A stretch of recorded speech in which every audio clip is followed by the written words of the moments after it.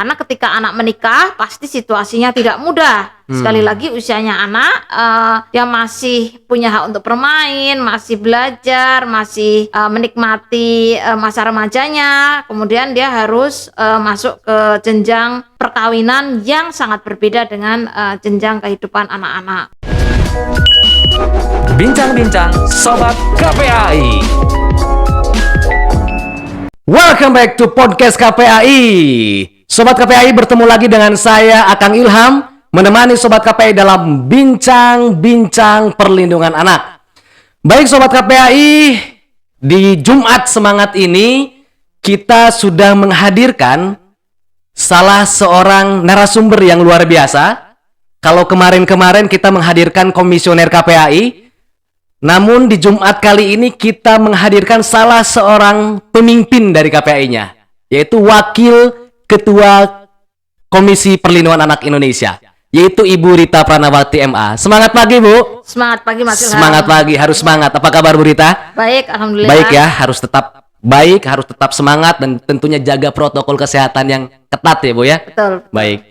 Ya, baik, Bu Rita, izin kita akan diskusi ini, Bu. Obrol-obrol santai, bincang-bincang santai tentang isunya menarik, isunya sangat ramai saat ini didiskusikan di masyarakat, yaitu tentang perkawinan anak, Bu.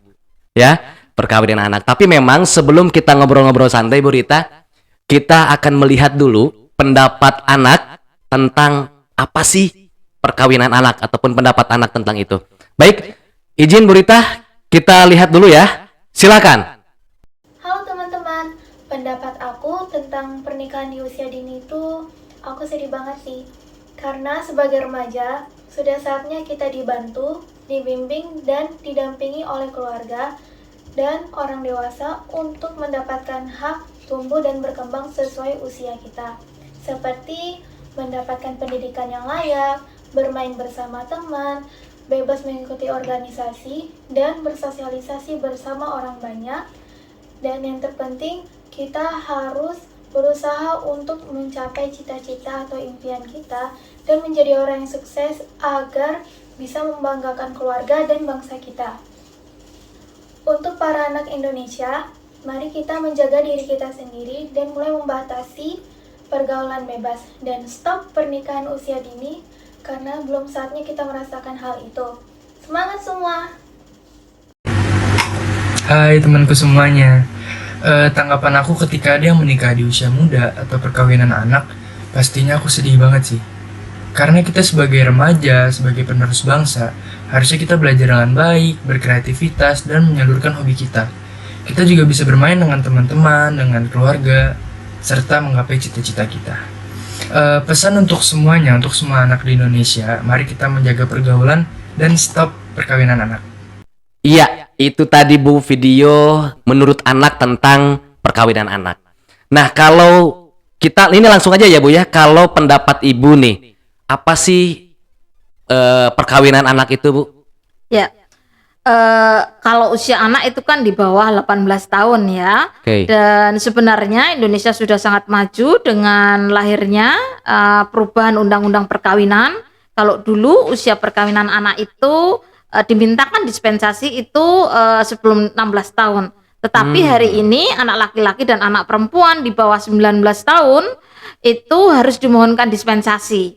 Artinya ada perlindungan yang utuh ya terkait dengan anak. Karena ketika anak menikah pasti situasinya tidak mudah. Sekali lagi usianya anak, dia masih punya hak untuk bermain, masih belajar, masih menikmati masa remajanya. Kemudian dia harus masuk ke jenjang perkawinan yang sangat berbeda dengan jenjang kehidupan anak-anak. Namun demikian secara angka sebenarnya tipikal perkawinan di Indonesia itu kan ada dua. Ada yang dimohonkan dispensasi sebagaimana perubahan undang-undang perkawinan, dan ada yang perkawinan secara kultural yang tidak dicatatkan. Sebenarnya kalau terkait dengan dimohonkan dispensasi, dia wilayahnya berbeda begitu. Yang paling banyak, misalnya yang paling banyak adalah Jawa Timur, Jawa Tengah, Jawa Barat. Tetapi kalau di dalam konteks yang kultural, ini biasanya ditanyakan kepada perempuan usia di bawah 24 tahun, 18 sampai 24 tahun, yang menikah pertama di bawah usia 18 tahun. Itu angkanya, wilayahnya sebenarnya berbeda. Sebenarnya yang dimohonkan dispensasi ini sebelumnya ini mungkin hanya sekitar 5-7% ya. Sementara yang tidak tercatat ini jauh lebih banyak, dan wilayahnya misalnya ada Kalimantan Selatan, Kalimantan Tengah, kemudian Sulawesi Barat, begitu ya. Namun situasinya ini menjadi berbeda. Kalau yang satu ini kan berarti dimohonkan secara legal, tetapi yang lain kultural yang tidak tercatat, dan ini pasti akan berdampak kepada generasi berikutnya gitu. Artinya yang tercatat ya memang sekian persen ya Bu ya. Artinya seperti gunung es kalau seperti ini Bu ya. Ya betul. Jadi kalau data yang ada itu masih sekitar 10, sekian persen ya. 10 sekian ya, persen. Padahal kita punya target RPJMN itu di 2024 itu sekitar 8, sekian persen. Itu artinya bahwa kita masih punya PR yang cukup besar, karena yang kultural tadi kan itu akan berdampak pada misalnya akte kelahirannya, kemudian bagaimana kemudian pemenuhan hak dasarnya gitu ya. Tapi sebenarnya secara aturan ini kan memang sudah sangat maju ya, karena kan kita punya perubahan undang-undang perkawinan ya, nomor 16 tahun 2019. Di situ kan ada kenaikan usia yang artinya itu melindungi anak. Selain itu juga ada di dalam peraturan Mahkamah Agung nomor 5 ya. Itu kan bagaimana mengadili perkara dispensasi kawin. Dan tujuan Perma ini adalah juga melakukan upaya perlindungan. Jadi kalau dulu mungkin terbatas gitu ya, tapi sekarang semua yang mau dinikahkan, yang dimohonkan, termasuk pasangannya, termasuk calon mertua dan orang tua itu harus ikut sidang. Oke. Karena harus didengarkan pendapatnya. Oh, artinya kalau dulu berapa tahun sih Bu? Kalau sekarang kan naik ya Bu, 19 tahun ya. Ya. Kalau dulu kan di bawah 16 tahun 16 untuk tahun perempuan, untuk perempuan, yang laki-laki 19 ke bawah. Sebenarnya kalau kita bicara undang-undang perkawinan, ideal menikah itu adalah 21 tahun. Karena itu tidak meminta permohonan kepada orang tua.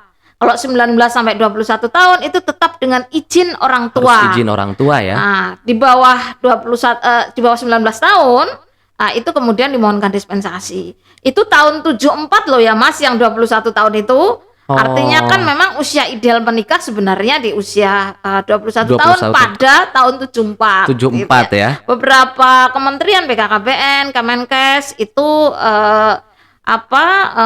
lebih ya, secara psikologis biasanya juga sampai 25 tahun lah, kira-kira begitu. Oke. Artinya kan tadi kalau saya tangkap nih Bu, bagaikan gunung es nih. Jadi terlihatnya sedikit tapi banyak banget gitu kan. Betul. Kalau boleh tahu Bu Rita nih, faktor perkawinan anak tuh apa saja Bu? Ya. Yang paling mendasar itu kan sebenarnya capaian wajib belajar 9 tahun.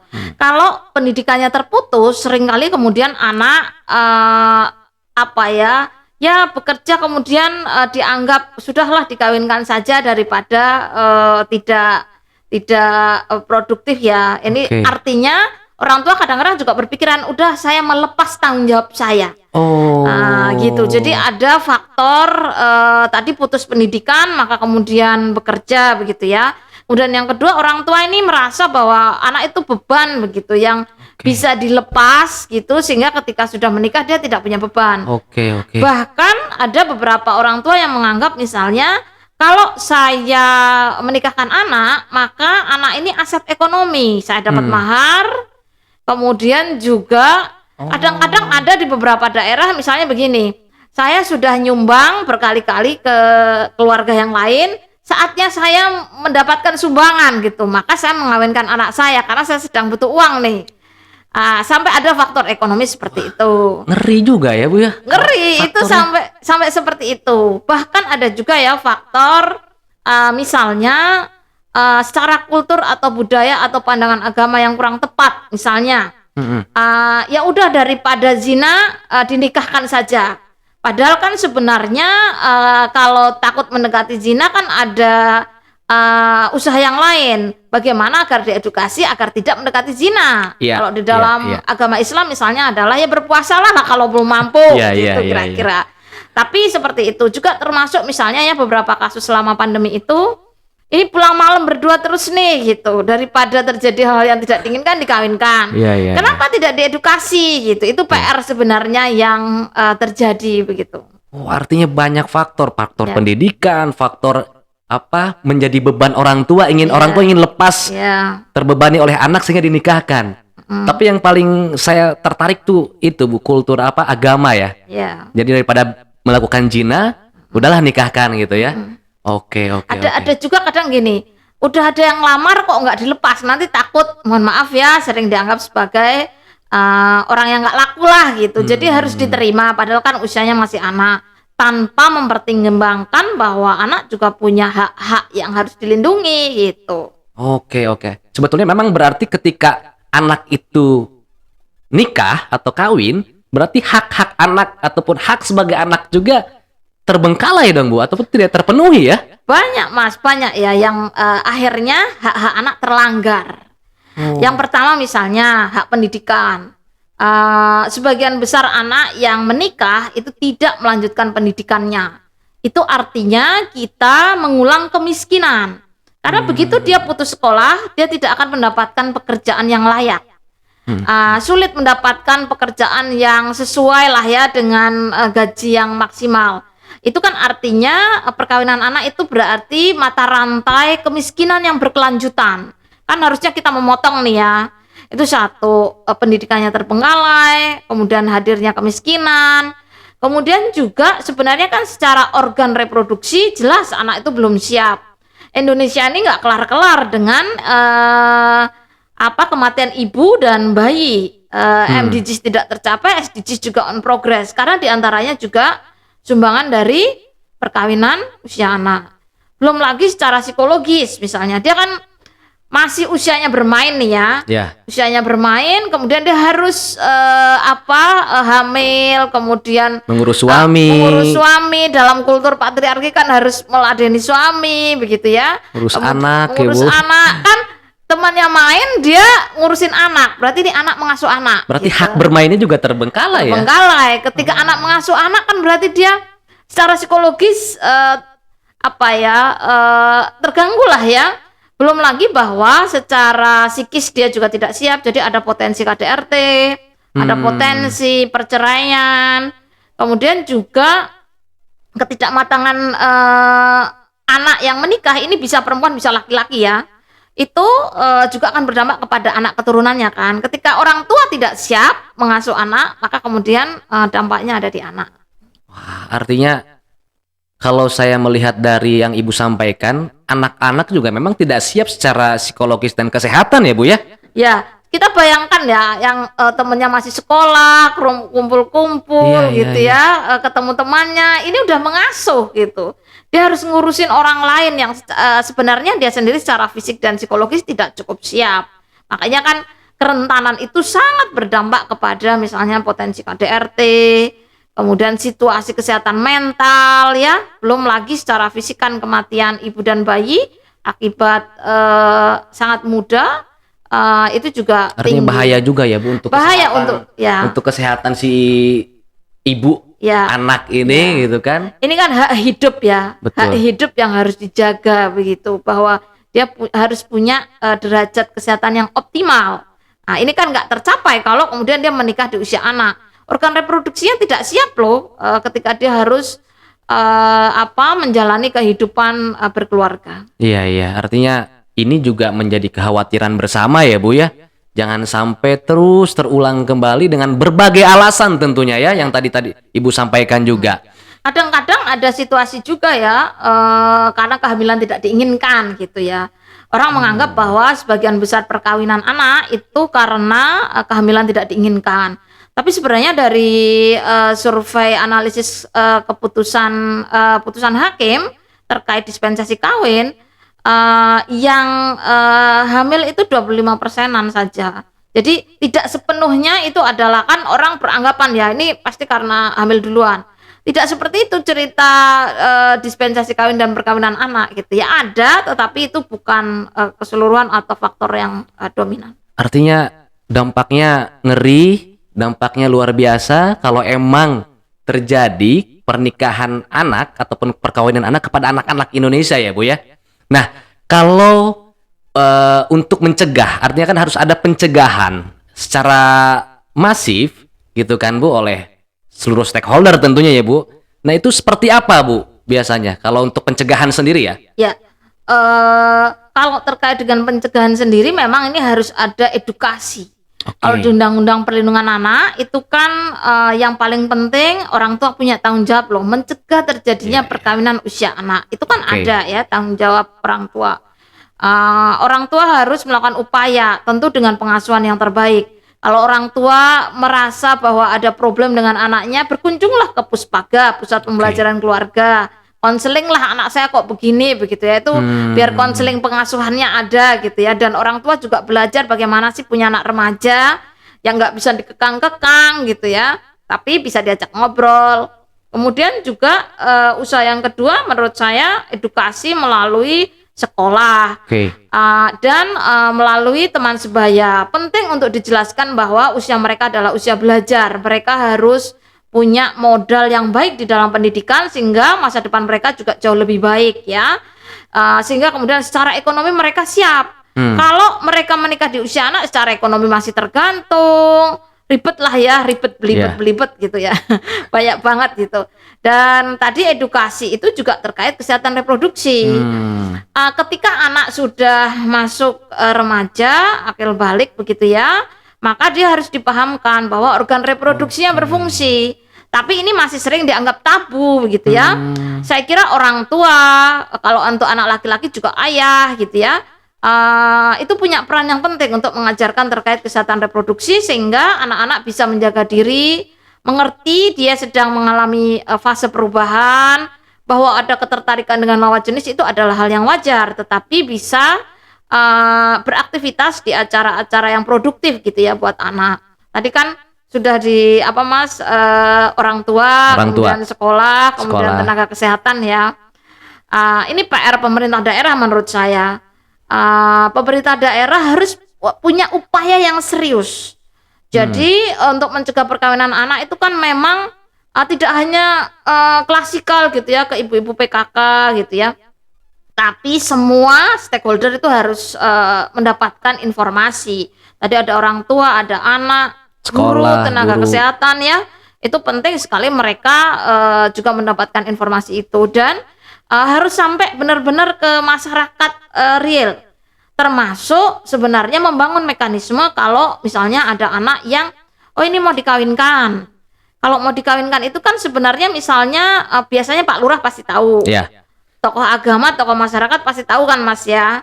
Mereka ini juga harus diedukasi sehingga kemudian bisa berperan aktif untuk mencegah terjadinya perkawinan usia anak. Harus dinasihatin dulu, dicarikan jalan keluar dulu sebelum kemudian itu adalah upaya yang sangat terakhir dan kita berharap tetap melalui permohonan dispensasi sehingga ada filter lagi di pengadilan. Artinya edukasi ya Bu yang harus dilakukan oleh orang tua, guru, kemudian aparat desa, kemudian tokoh agama dan juga pemerintah daerah ya Bu ya. Betul, dan termasuk juga tadi ya tenaga kesehatan dan satu lagi institusi yang penting itu sebenarnya adalah KUA. Kantor Urusan Agama. Karena orang ngertinya kalau mau nikah khususnya yang muslim itu ke KUA. Mereka tidak tahu kalau di bawah 19 tahun harus memohonkan dispensasi kawin ke pengadilan. Maka KUA dengan penyuluh-penyuluhnya itu wajib memberikan edukasi yang maksimal termasuk mencegah ya agar perkawinan usia anak ini tidak terjadi. Oke, artinya itu tadi upaya-upaya yang dilakukan oleh semua stakeholder. Nah, tapi ada yang menarik Bu. Jadi ada salah satu forum anak daerah di Jawa Tengah ya, Provinsi Jawa Tengah kalau nggak salah, itu yang memang memiliki program Jokawin Bocah Bu. Nah, kita sih kemarin sudah wawancara dengan ketuanya. Untuk itu kita saksikan dulu Bu Rita. Siap. Videonya atau video wawancara kita dengan Forum Anak Daerah Jawa Tengah. Baik, silakan. Bagaimana pandangan Mas Jason terkait dengan perkawinan anak yang terjadi di Jawa Tengah? Ya, sebenarnya pertama-tama sebagai anak juga ya Kak ya. Kan kita juga punya teman-teman, kita juga saling ngomong-ngomong juga lah ya Kak ya. Dan ternyata tuh juga habis ikut forum anak, kita juga akhirnya lihat data ya Kak. Ya ternyata 1 dari 9 anak perempuan yang kurang dari 19 tahun tuh udah menikah usia anak. Dan itu berarti di teman-teman kita sendiri gitu loh. Ya kaget juga sebenarnya Kak, kalau dibilang gitu ya. Karena juga dari Forum Anak Jawa Tengah sendiri pun juga teman-temannya kita malahan. Itulah, jadi nggak hanya kayak, itu mah cuman fantasi. Kayak, ternyata tuh benar-benar ada di dekat-dekat kita ini. Jadi memang mengagetkan sekali dan sungguh memprihatinkan ya Kak ya. Karena apa ya, anak-anak yang harusnya itu malah kan sekolah ya kan, Kak. Masih main-main, masih kita seneng-seneng lah ya, masih senang sekolah-sekolah ketemu teman-teman. Malah ini udah ketemunya sama anak, sama baby satu, ya kan? Terus malah harus udah bermata pencaharian. Gitu. Jadi dulu juga pernah ada yang cerita tuh Kak, ada temennya tuh yang menikah usia anak, jadi nggak lulus SMA, nggak lulus SMP kayaknya, terus langsung dia jadi tukang sampah. Kayak ya sebagai temennya kita sendiri kan sedih ya, kayak temennya kayak bahas-bahas, ini kamu mau kuliah mana gitu, kamu mau kerja di mana, ini udah punya anak satu, terus akhirnya nggak punya teman juga, akhirnya masih tukang sampah, ya juga agak kasihan juga. Jadi emang ini harus segera kita bersama-sama untuk menanggulanginya dan mencegah perkawinan usia anak menikah. Gitu. Baik, lalu Mas Jason di sini kan selaku Ketua Forum Anak Provinsi Jawa Tengah gitu ya. Iya. Apa yang Mas Jason usahakan dengan teman-teman Forum Anak Jawa Tengah jika melihat terjadinya perkawinan anak di sekitar Mas Jason?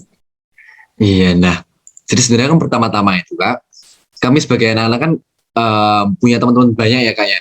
Jadi pertama-tama tuh kita mencoba dulu untuk mencegah ya kan Kak ya. Sebelum kita menanggulangin kayak lebih sulit ya kan Kak. Nah kita mencoba dulu untuk mencegah biar teman-teman tuh pada sadar dulu nih gitu. Jangan sampai teman-teman kita ini, sahabat-sahabat kita, malah tiba-tiba kita tinggal sebulan udah ada anak satu, waduh, ada istri satu, istri dua, waduh gitu kan ya. Jadi kita cegah dulu ini teman-teman kita, jangan sampai ada nikah. Dengan cara apa? Kita coba pertama-tama secara interpersonal ya Kak, kita komunikasi. Dan gimana caranya? Nah, yang pertama, kita kan dari Forum Anak itu ada namanya 2P ya. Kak udah tahu belum nih Kak Veranda 2P? Pelopor dan pelapor. Waduh, pintar sekali nih. Nah, jadi dari pelopor dan pelapor ini, kita dari Forum Anak ini bersama-sama nih Kak, untuk mencegah dan menanggulangi perkawinan usia anak. Caranya gimana tuh? Oke, gampang. Yang pelopor itu kita mencoba nih, kan ini masanya masih online ya Kak ya. Jadi kita belum bisa sampai di desa banget, tapi nanti mimpinya sih begitu Kak.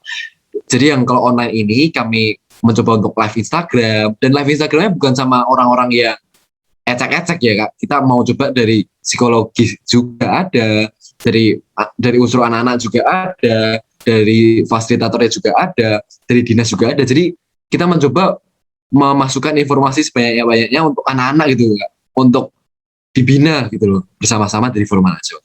Terus kita juga pingin nggak hanya, kan kadang juga untuk dengerin doang kan kadang orang bosen ya Kak ya.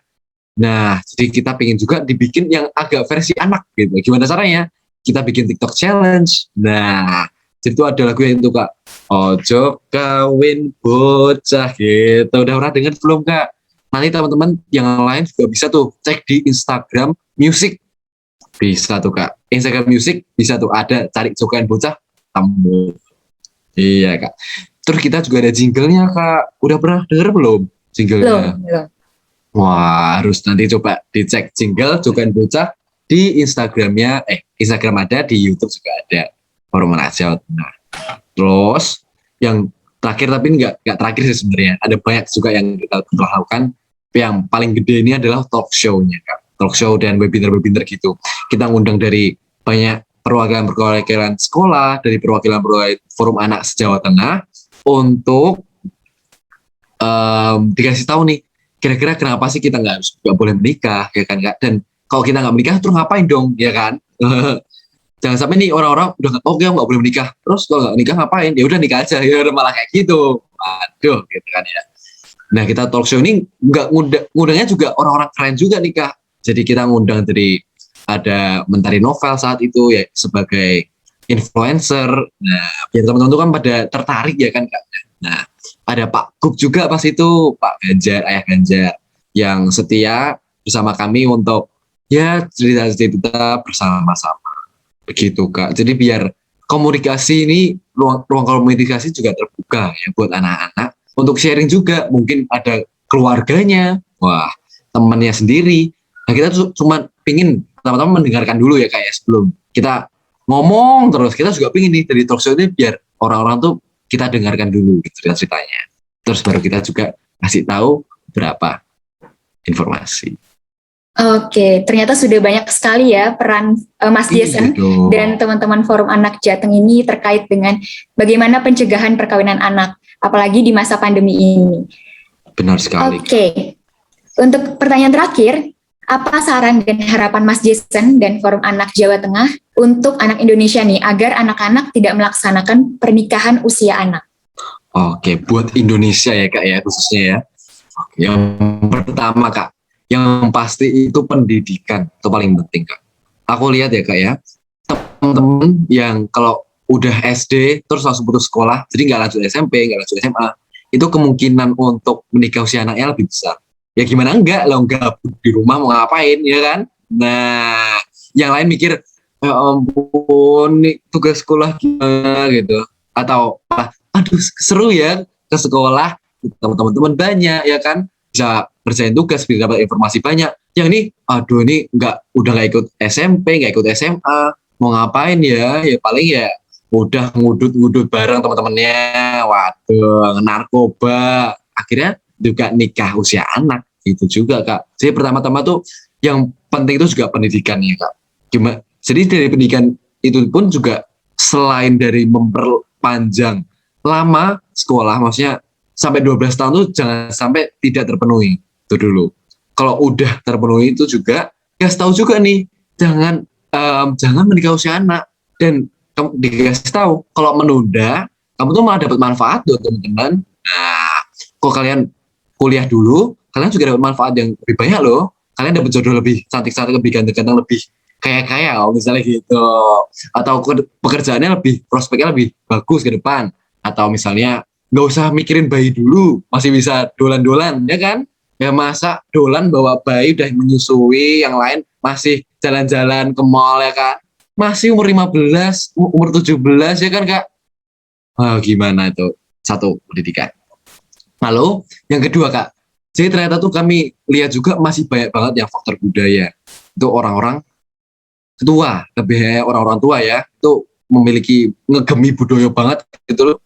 Dan budaya itu mengajarkan anak-anak untuk nikah usia anak malahan. Nah, jadi dari orang tua ini semoga harapannya ya pemerintah mungkin dan bersama-sama kita juga untuk mengedukasi orang tua ini gitu loh. Jangan sampai orang tua itu nyuruh anaknya nikah usia anak. Begitu. Yang ketiga adalah kita butuh untuk role model Kak. Kenapa? Kalau role model orang tua yang nikahnya usia 15, ya kemungkinan anaknya juga mengikuti role model tersebut toh.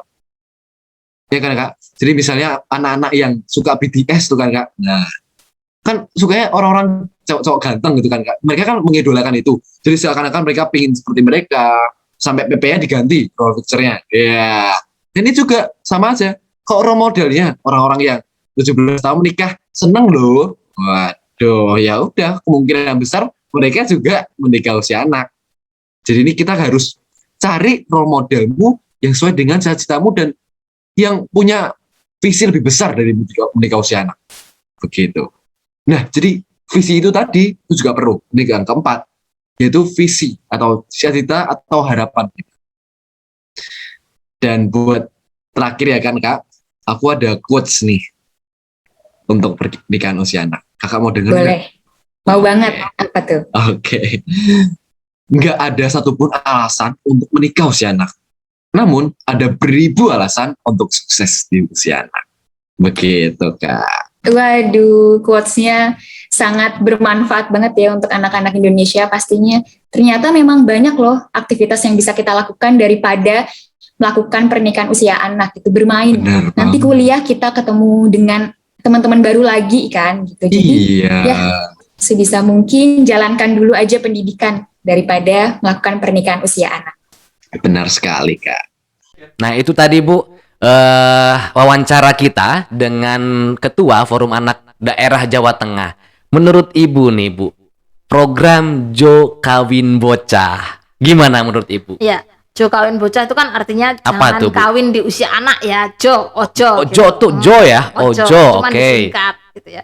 Ya, ini penting program ini, dan saya kira anak-anak mereka harus diberikan pemahaman bahwa dampak perkawinan anak ini luar biasa ya bagi anak-anak, baik secara psikis, fisik ya, kemudian kesehatan, sehingga kemudian anak-anak ini bisa memberitahu kepada temannya. Jadi peer group education gitu ya, pendidikan teman sebaya. Kalau temannya ada yang mau dinikahkan, dia bisa curhat ke temannya, sehingga kemudian anak-anak ini juga bisa melakukan upaya agar tidak terjadi perkawinan pada usia anak. Bisa, ini tolong dong aku mau dikawinin nih gitu. Dan ini sebenarnya di Jawa Tengah memang ada banyak best practice-nya ya.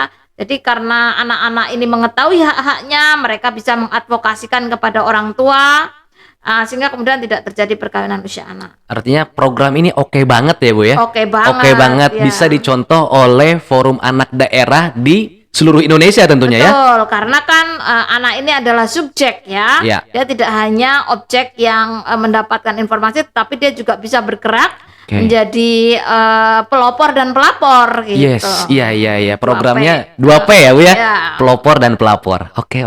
Saya baru inget lagi Bu, ingat lagi. Baik, Bu Rita, terakhir nih Bu. Itu tadi kan terkait dengan berbagai upaya yang dilakukan oleh berbagai stakeholder, termasuk dengan Forum Anak Daerah Jawa Tengah. Untuk peran KPAI sendiri Bu, untuk peran KPAI untuk menekan angka perkawinan anak sendiri. KPAI melakukan banyak advokasi ketika belum ada perubahan undang-undang perkawinan. Kita juga turut serta mengupayakan agar usia anak itu dilindungi, termasuk tadi perkawinan usia anak itu tidak ada, sehingga kemudian permohonan dispensasi itu ada kenaikan usia di 19 tahun ya. Itu juga bagian dari upaya advokasi KPAI agar tidak terjadi pelanggaran hak anak. Kemudian yang kedua, setelah Undang-Undang Perkawinan Nomor 16 Tahun 2019 ini disahkan, KPAI melakukan analisa putusan terkait dengan putusan-putusan pengadilan terhadap kasus-kasus permohonan dispensasi kawin.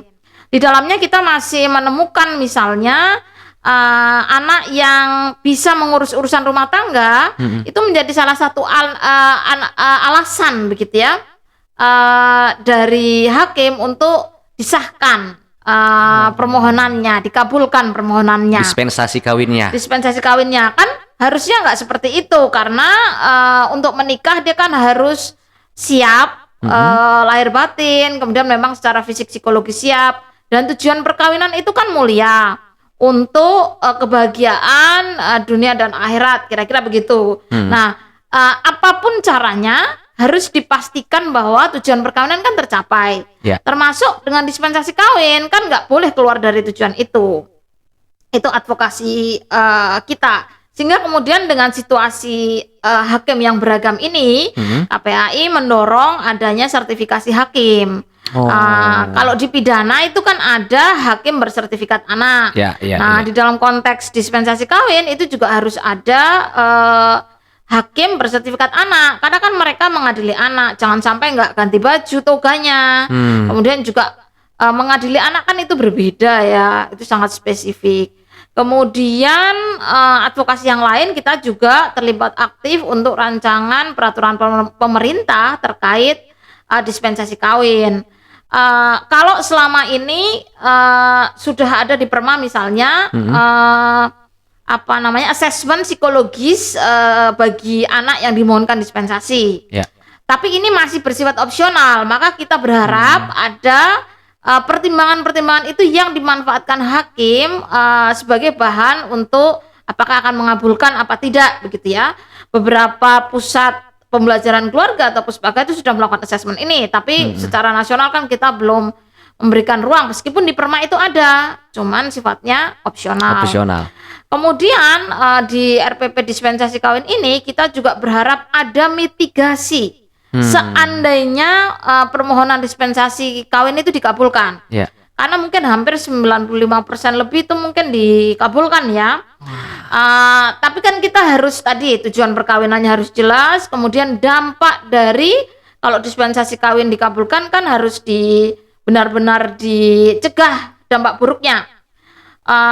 Perkawinan anak ini kan secara jangka panjang akan berdampak pada SDM Indonesia. Padahal kita kan punya tagline SDM unggul ya. Ya, SDM unggul. Kalau ini tidak tercapai maka akan kemudian problematik, sehingga bagi anak-anak yang permohonan dispensasinya dikabulkan, maka harus ada mitigasi, hak pendidikannya harus tetap terpenuhi dipastikan ya, Bu, ya? terpenuhi, dan itu harus dipastikan selama proses persidangan. Kemudian juga hak kesehatannya, kemudian ada pendampingan khusus. Misalnya kan KUA punya bimbingan perkawinan, maka untuk yang perkawinan usia anak juga saya kira ada program khusus karena kan dia kelompok rentan ya, menikah dengan situasi yang dengan dimohonkan dispensasi. Kemudian juga ada pendampingan dari orang tua karena sebenarnya ketika proses peradilan di dalam perma itu kan disebutkan orang tua kan berperan ya, bertanggung jawab, dan ini bertanggung jawab ini bukan mencampuri urusan ya, tetapi bagaimana kemudian anak yang situasi ekonominya, psikologisnya belum cukup matang bisa didampingi. Jadi orang tua juga harus punya komitmen itu, termasuk tadi pemenuhan hak pendidikan, hak kesehatan. Meskipun terjadi perkawinan usia anak, tapi kita berharap ada mitigasi untuk mengurangi risiko-risiko dari perkawinan anak itu sendiri. Iya, artinya memang harus beberapa hal yang dilakukan bersama ya Bu, tidak cukup KPAI, Betul. tapi semua pihak bergerak untuk mencegah ataupun untuk menekan angka perkawinan anak di Indonesia. Dan karena tadi usianya meningkat, jadi kan undang-undang perkawinan itu disahkan akhir Oktober. Nah, jumlah permohonan dispensasi kawin dari Januari sampai Oktober itu lebih rendah daripada yang November-Desember tahun 2019. Begitu di tahun 2020 itu hampir 60.000, dan ini terus naik karena memang satu sisi ada usianya naik, tapi di sisi yang lain juga karena dampak pandemi. Maka kemudian ini juga penting untuk tetap diupayakan pencegahannya secara maksimal. Artinya pencegahan dengan cara edukasi oleh semua pihak ya Bu ya. Oke, sehingga memang angka-angka ataupun perkawinan anak di Indonesia semakin turun atau bahkan tidak ada, mudah-mudahan ke depannya ya Bu ya. Amin. Baik, Bu Rita, makasih banyak. Sama-sama, sukses selalu, sehat selalu. Amin. Dan tentunya harus banyak-banyak minum vitamin Ibu. Terima kasih. Baik, Bu Rita, kalau di podcast KP ini punya salam Bu. Salam untuk anak Indonesia, yaitu dengan mengepalkan tangan. Kita lihat ke Sobat KPAI. Salam sehat untuk anak Indonesia. Oke ya Bu ya. Makasih banyak nih Bu ya. Oke, Sobat KPAI, terima kasih banyak. Dan tentunya jangan lupa nih, di like, share, komen, and subscribe di bawah ini. Dan tentunya nyalakan loncengnya ya, agar terus mengikuti video-video podcast KPAI. Dan tentunya terima kasih Bu Rita. Kita salam dulu ya Bu ya. Mari, 1, 2, 3. Salam sehat untuk anak Indonesia. Thank you Bu Rita. Sama-sama, Mas Ilham. Assalamualaikum warahmatullahi wabarakatuh. Waalaikumsalam warahmatullahi. Bincang-bincang Sobat KPAI.